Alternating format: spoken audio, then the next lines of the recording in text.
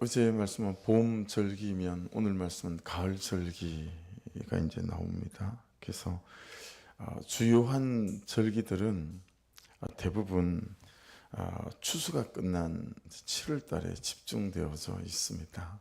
예, 그래서 7월은 우리가 사용하는 달력으로 말하면 9월과 10월 그렇게 말씀드릴 수가 있을 것 같고요.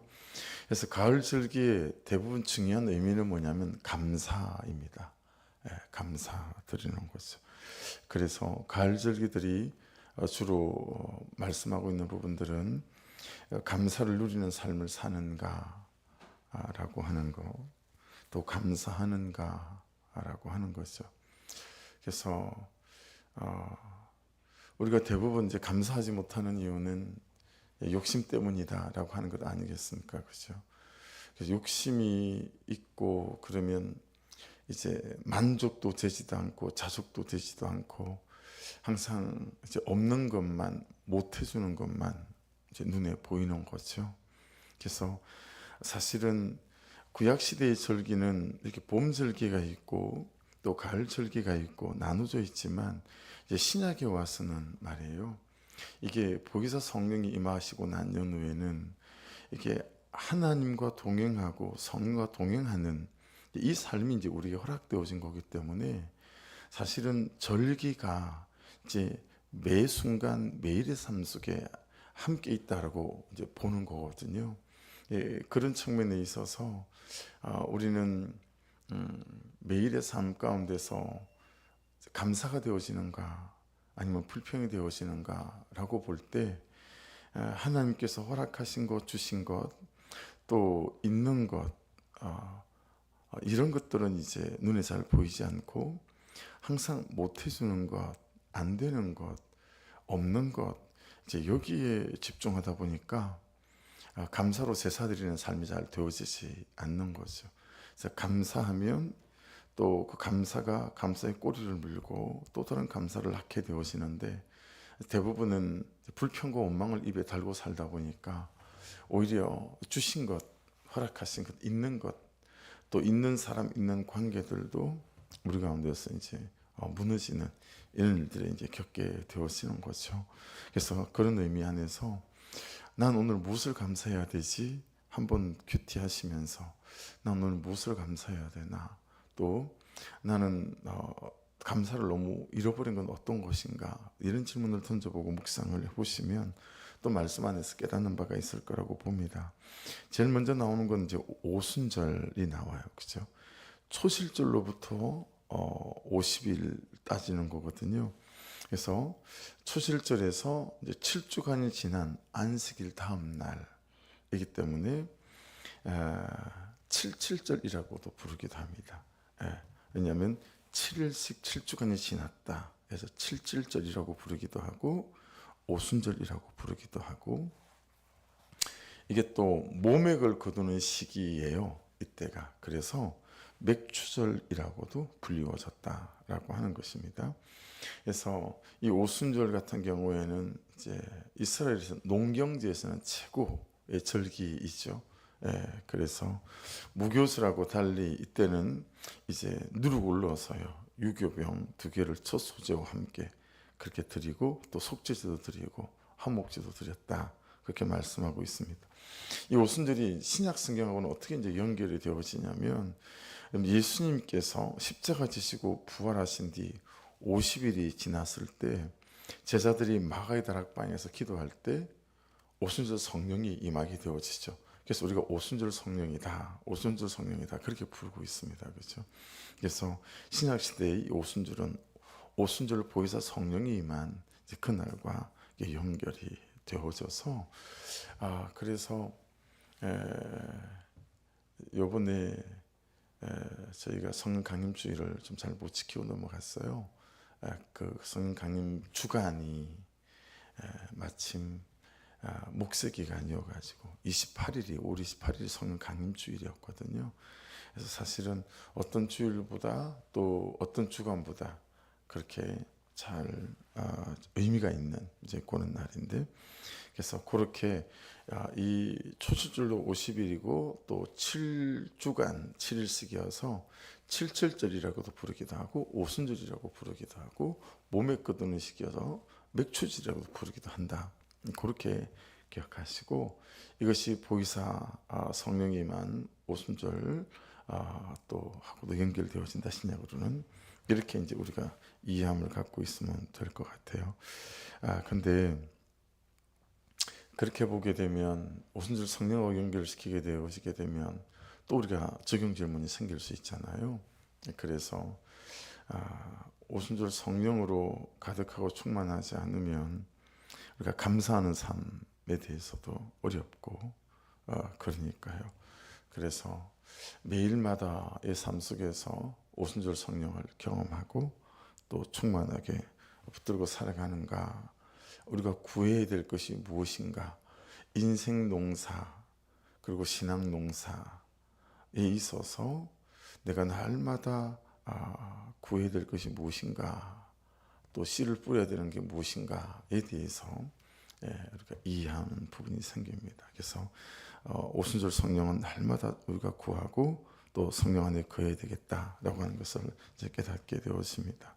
18절을 한번 보십시오. 18절을 보시면 너희는 또 이 떡과 함께 1년 된 흠없는 어린 양 7마리와 어린 수소 1마리와 순양 2마리를 드리되 이것들을 그 소제와 그 전제 제물과 함께 여호와께 드려서 번제로 삼을지니 이는 화제라 여호와께 향기로운 냄새며라고 말씀하고 있잖아요.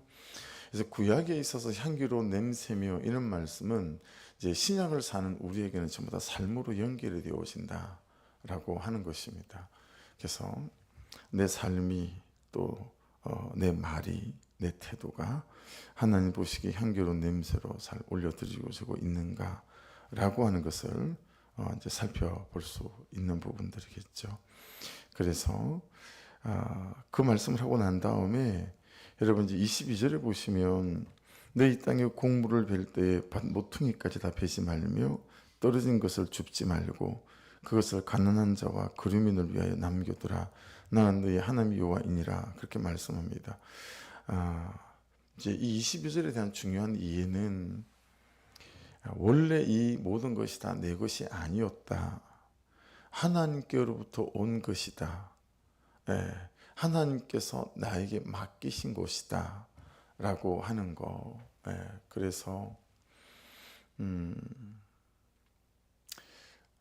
창세기 12장 2절로 3절에서 하나님께서 아브라함을 부르실 때 아브라함을 이 땅에서 축복을 유통하는 사람, 축복의 통로로 부르신 거잖아요. 그러니까 하나님께서 축복의 통로로 쓰는 사람인 거죠. 저와 여러분들도 마찬가지인 거죠. 우리를 하나님께서 어떤 축복의 통로로, 은혜의 통로로 이렇게 이제 쓰는 사람들이다라고 볼 때, 농사를 지으면 이제 10분의 1을 추수하지 않는 거였거든요. 포도밭은 포도밭대로, 뭐 보리밭은 보리밭대로.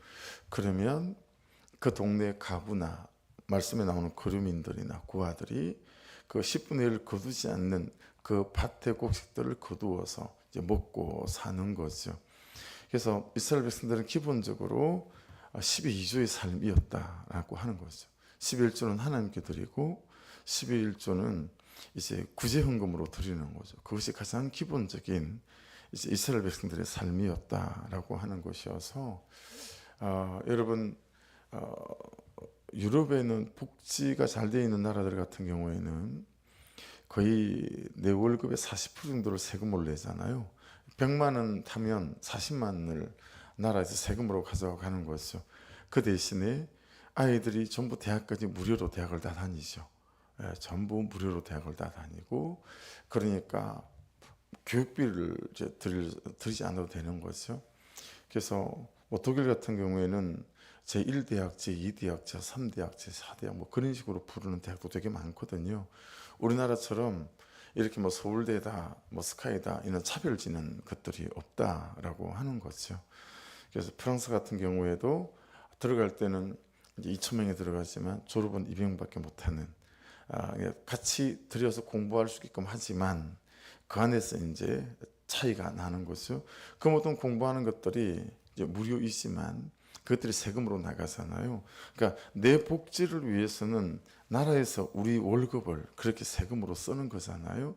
다르게 생각해 보시면 사실은 하나님 안에서 모든 것이 하나님 그분께서 청지기로 우리에게 맡겨주신 것인데 이제 우리는 항상 이건 내 것이라고 생각하다 보니까 하나님의 나라나 하나님의 영광 이게보다는 계속 이제 나를 채우고 내 것을 넓히고 내 소유를 가져가고 그래서 22절은 우리 가운데 항상 참 이렇게 묵상되어지고 갈등되어지는 부분이에요. 어쨌든 원래 그거 하나님 거였다. 그리고 하나님으로부터 온 거였다. 내가 준 거다라고 하는 것에 대한 개념이 우리에게는 되게 중요한 거죠. 그냥 은혜 있을 때 성령이 충만할 때 감동되었을 때 그때 하는 거 뭐 그런 게 아니고 원래 여러분의 모든 소유가 내가 가진 모든 것들이 입고 먹고 마시고 신고 다니고 하는 것들이 다 하나님의 거였다라고 하는 것이니 한 번씩 그죠 말씀드리기도 하고 또 우리 교회 안에서도 그런 일들이 사실은 자주 일어나기도 해요. 그래서 뭐 수천만 원에 대한 아버지 유산으로 받은 그는 거의 3천만 원 돈에 가까운 그런 재정을 그냥 한 가정으로 흘려보기를 원하셔서 한 가정으로 다 흘려가는데 또 그 가정에서는 그걸 다 받기가 힘들어해서 막 800씩 여러 가정에 나누어지는 뭐 그런 때도 있었고요. 그런 일들이 여러 번 있었죠. 이걸 이제 우리가 플로잉이라고 이렇게 불러요. 그 플로잉이라고 할 수 있는 게 이게 원래 하나님 거다라고 하는 개념 안에서 있지 않으면 출발하기가 참 어렵잖아요. 그래서 저는 이걸 선교단체에서 플로잉을 배웠어요. 한 날을 정해놓고 그리고 강구를 해요. 한 4주 전에 그날은 플로잉을 하겠습니다. 두 가지 기도를 하려는 거죠. 하나는 하나님 말씀하십시오. 원래 제 것이 아니니 무엇이라도 말씀하시면 그것을 내놓겠습니다. 이걸 첫 번째 기도하고요. 두 번째는 내가 필요한 것을 기도하는 거예요. 그래서 원래 초대교회 때나 이런 데는요. 그 가정이 뭐가 없잖아요. 그러면 같이 우리 기도합시다. 그리고 그 가정을 채워주십시오. 이렇게 하지 않았다라고 하는 거예요. 성경적 개념은. 사도행전 2장의 4장에 나오는 개념은 어떤 개념이냐면 그 공동체 안에서 우리가 가진 걸로 없는 사람을 채우는 거예요. 이게 이제 플로잉의 개념이거든요. 그래서 자, 저 가정에 참 없는데 우리 같이 기도하십시다. 그리고 중보기도 하는 게 아니고 그냥 우리 안에서 있는 사람들이 있는 걸 가지고 없는 사람들을 채워가는 거. 이게 이제 사도행전적인 플로잉의 개념이에요. 그래서 두 번째는 내가 없는 것을 구하는 거죠. 그리고 당일날이 되면 큰 냉장고 박스 있잖아요. 그걸 반을 싹둑 잘라서 플로잉 박스를 마련해 놓고 우리 같으면 주일날 예배 드리러 들어오면서 돈이 됐든 물건이 됐든 그 박스에다 다 담는 거죠. 그리고 예배가 끝난 다음에 플로잉 박스를 오픈을 하는 거예요. 그래서 이거 기도하신 분, 그럼 그 기도하신 분이 이걸 가져가는 거예요. 어떤 경우에는 내가 기도하는데 내 재정을 꼭 그 가정에다 흘려보내고 싶은 감동이 있는 분들이 있어요. 그럼 거기다가 딱 지명을 해놔요. 이 재정은 어느 가정으로 흘려보냈으면 좋겠습니다. 누가 드렸는지는 모르지만 그런 건 쓰지 않으니까요. 이제 그걸 통해서 배우는 거예요. 원래 모든 것이 하나님의 거였다라는 사실을 첫 번째 배우고 두 번째는 모든 것을 하나님께서 또한 공급하신다라는 것을 또한 배우는 거죠. 근데 그 역할을 누가 하냐면 우리가 하는 거죠. 이 세 가지를 배우는 거거든요. 그러면서 이 블록박스에서는 선교단체에서 배웠던 것 같아요. 그래서 여러분 이 22절은 적용하기만 하면 우리에게 정말 하나님의 풍성함을 경험할 수 있는 그런 놀라운 말씀이죠. 그래서 원래 하나님으로부터 온 거다. 이 개념이 우리에게 잘 없잖아요. 근데 그러다 보니까 우리 항상 생색이 있어요. 그죠? 항상 생색이 있습니다. 그냥 주지 않아도 생색이 있죠. 우리는 주는 것만으로 생색을 내는 게 아니라 다른 사람보다 조금 더 열심히 하는 것만으로 생색을 내고요. 한번 섬긴 걸로 생색을 내고 그러지 않습니까? 가정에서도 그렇고 또 공동체에서도 그렇고 가정에서도 남편의 생색이 따로 있고 아내의 생색이 따로 있고 부모의 생색이 따로 있고 다 따로 있잖아요.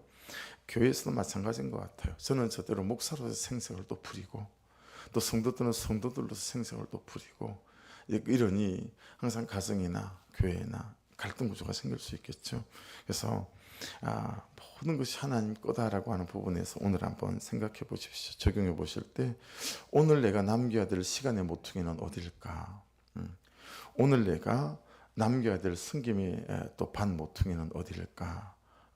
그걸 돌아보시면서 보시면 없는 사람은 항상 없다 없다 그러면서 자기 걸 나누지 않고요. 있는 사람은 더 있기 원해서 내가 얼마나 열심히 모은 것인데 이런 걸로 또 나누지 않고, 그러니 우리가 하나님의 나라를 공유하고 경험할 기회는 이제 없다라고 하는 것들을 깨달을 수 있습니다. 이제 그 다음 말씀 23절부터서는 나팔절에 관한 규례가 나옵니다. 23절부터는 나팔절에 관한 거거든요. 유대 종교력으로는 7월 1일입니다. 7월 1일이 나팔절인데 이제 민간적으로 따지면 1월 1일이 되어지고 이게 신년 첫날에 지켜진 거다라는 거예요. 신년 첫날에. 그래서 이때는 다시 정신을 바짝 차리는 거예요.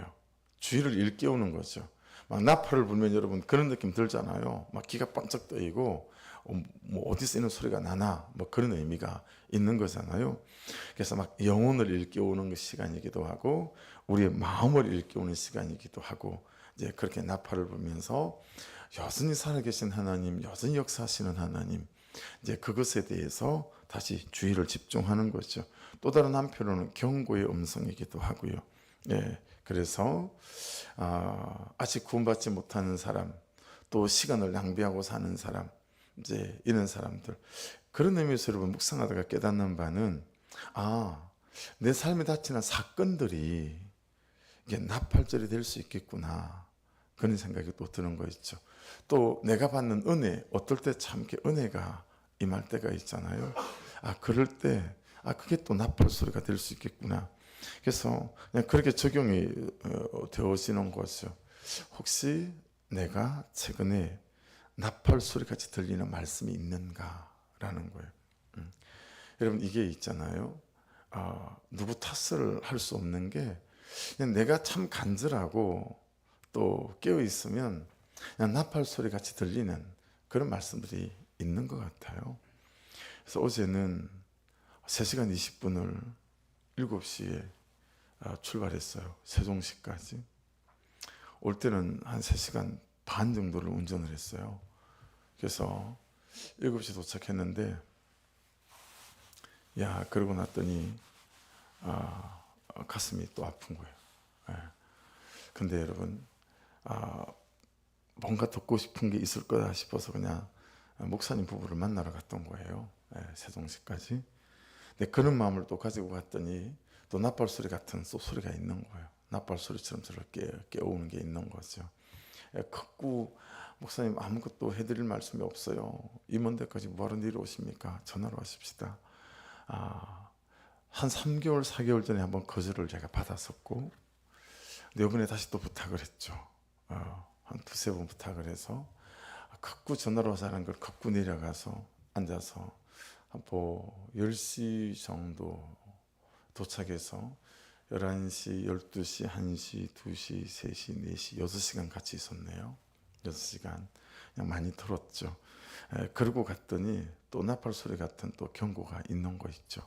그래서 여러분 말씀이 없는 게 아니고요, 내 간절함이나 내 중심이 없다라는 것이 맞는 말인 것 같아요. 그래서 큐티 레위가 참 귀에 잘 안 들어오는 것 같아요 라는 것이 아니라, 하나님 오늘도 내가 주의 말씀 앞에 서기 원합니다, 또 깨닫게 도와주십시오 라고 말씀 앞에 설 때, 삶 속에 설 때 아무것도 아닌 그 사건이 내게는 경고의 사건이 또 되죠. 나를 깨닫게 하는 경고의 사건이 되어지고 눈이 번쩍 뜨이고 생각이 번쩍 뜨이죠. 근데 여러분 보세요. 그런 중심이 없으면 정말 큰 사건 사고가 일어나도요, 그냥 그럴 수 있는 거지 뭐. 그게 끝이에요. 살다 보면 이렇게 다칠 수도 있고 저렇게 다칠 수도 있는 거지. 그냥 지수가 좀 없었지, 운빨이 좀 안 좋았지, 그냥 그러고 끝이 나는 거예요. 어떤 사건 속에서도 하나님의 경고의 나팔이 들리질 않는 거죠. 하지만 하나님 그분에 대한 중심이 있고 또 마음이 집중되어져 있으면 참 사소해 보이는 어떤 일 가운데서도 야, 하나님께서 내들으라고 하는 말씀이구나. 그냥 목장 나누는데, 양육을 나누는데 그냥 그게 나한테 하시는 하나님의 음성처럼 또 들릴 때가 있는 거죠. 그래서 여러분이 말씀을 대할 때마다, 기도하실 때마다, 예배하실 때마다, 목장을 나누실 때마다, 큐티를 나누실 때마다 항상 그 속에 나팔 소리 같은 주의 음성이 있는 나팔절 같은 그런 날들과 순간이 될 수 있기를 주의 이름으로 축복합니다. 그래서 하나님, 날마다 나팔 소리를 듣는 은혜가 있게 도와주십시오. 그런 간절함과 깨어있음이 있게 도와주십시오. 라고 또 이 나팔절은 우리 가운데 적용해 갈 수 있을 것 같아요. 그래서 그 나팔 소리 같은 소리가 있으면 어떤 사건들이 구속사적으로 이해도 되고 해석도 되고 적용도 되고 하는 거니까요. 그래서 이 하루 오늘 여러 절기가 이제 가을의 절기가 나왔습니다. 그렇죠? 추실절을 지난 다음에 오늘 오순절이라고도 부르고 칠칠절이라고도 부르고 맥추절이라고도 부르는 게 나왔고요. 그리고 지금 나팔절도 나왔고요. 그래서 하나님, 이런 절기들 안에서 이 하루 내가 얼마나 감사하고 사는 사람인지, 모든 것이 하나님께로 온 것이다 라는 분명한 인식 가운데서 내 시간인 것처럼, 내 몸인 것처럼, 내 재정인 것처럼, 내 소유인 것처럼 또 그렇게 하고 살아가지는 않는지 돌아보시면서 하나님 안에서 하나님이 채우시는 인생으로 하나님 잘 세워져 갈 수 있도록 도와주십시오. 축복의 통로로, 축복을 유통시키는 사람으로 또 살아갈 수 있도록 하나님 은혜를 베풀어 주십시오. 그렇게 이 아침에 또 고백하는 새벽 되기를 원합니다. 우리 주여 한번 부르고 기도하시고 또 묵상하시고 적용하시기 바랍니다. 같이 기도하겠습니다.